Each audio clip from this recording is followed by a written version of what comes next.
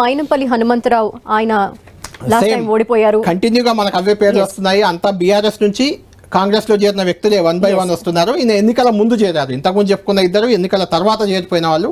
ఈయన ఎన్నికల ముందే చేరి మల్కాజ్గిరి నుంచి ఓడిపోయారు కాంగ్రెస్ తరఫున. అయితే ఆయన కుమారుడు మెదక్లో గెలిచారు ఎమ్మెల్యేగా, మైనంపల్లి రోహిత్.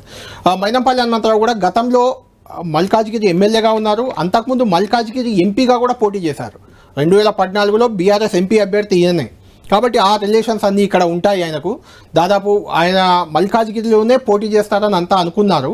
కాకుండా ఆయన మల్కాజ్గిరి కన్నా మెదక్ ఆయన సొంత నియోజకవర్గం కాబట్టి మెదక్ వైపు ఆయన దృష్టి పెట్టినట్లు మనకు తెలుస్తుంది. మెదక్ నుంచి ఆయన బరిలో దిగేందుకు రెడీ అవుతున్నట్లు ప్రచారం ఉంది.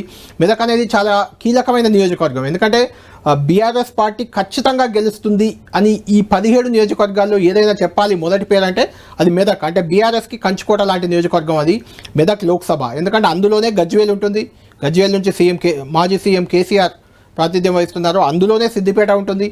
సిద్దిపేటలో హరీష్ రావు ఎమ్మెల్యేగా ఉన్నారు.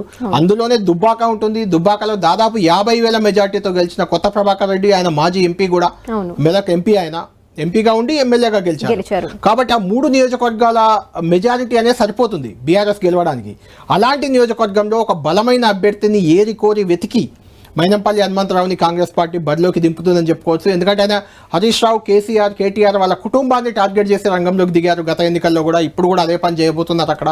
కాబట్టి ఆయన అక్కడ అభ్యర్థి కాబోతున్నారు.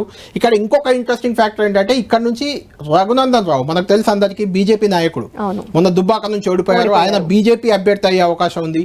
అటు బీఆర్ఎస్ నుంచి కూడా ఒంటేరు ప్రతాప్ రెడ్డి గతంలో కేసీఆర్ పై పోటీ చేసి గజ్వేల్లో ఓడిపోయారు.